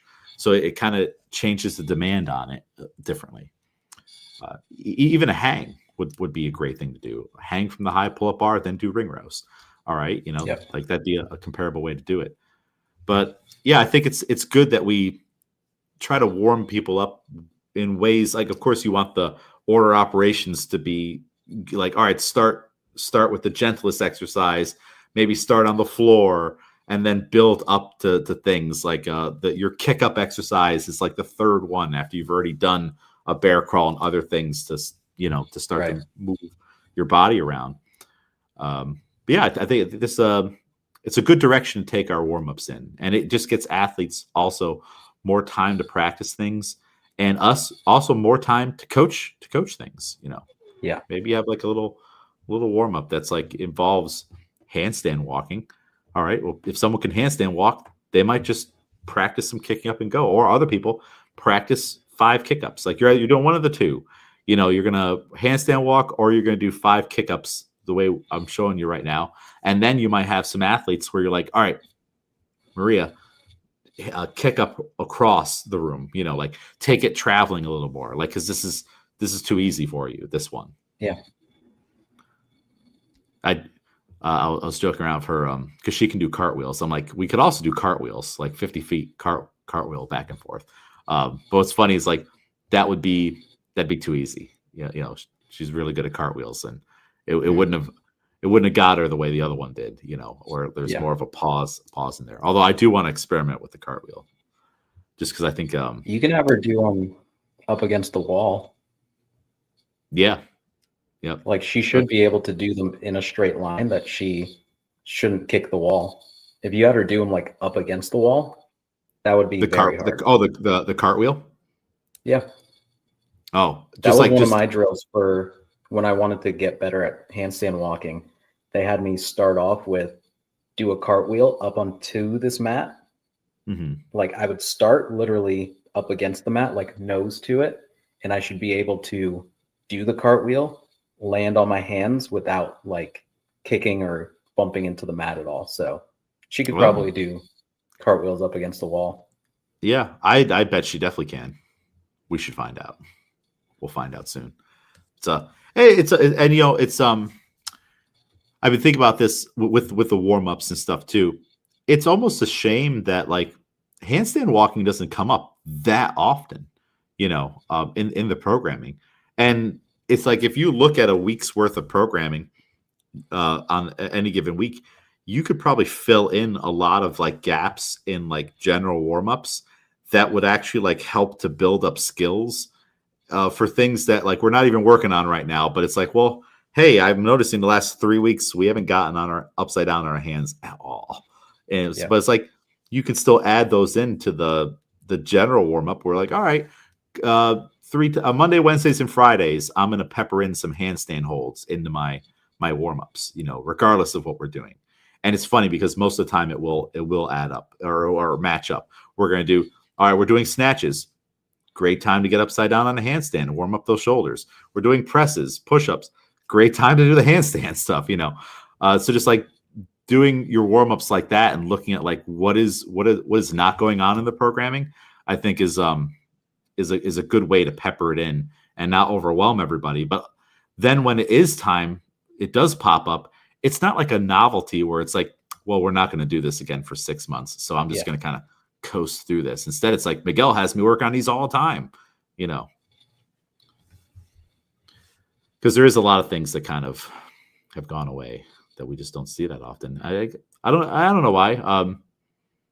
There's only so many days that you can program. Yeah, I don't know. That'd be a that'd be a question for the cap team. On like why don't we do some things? You know, it kind of seems like the exercise pool is very, very small versus it could probably be a little more robust, even on the warm up side of things. And that's kind of like why I've been trying to get away from like solely those warm ups. On like, well, I feel like it'd be more beneficial if we did this instead of just endless Spider-Man lunges. Yeah. And I know the Spider-Man lunge is just my villain. It encompasses all the things. It's the one taking all the blame.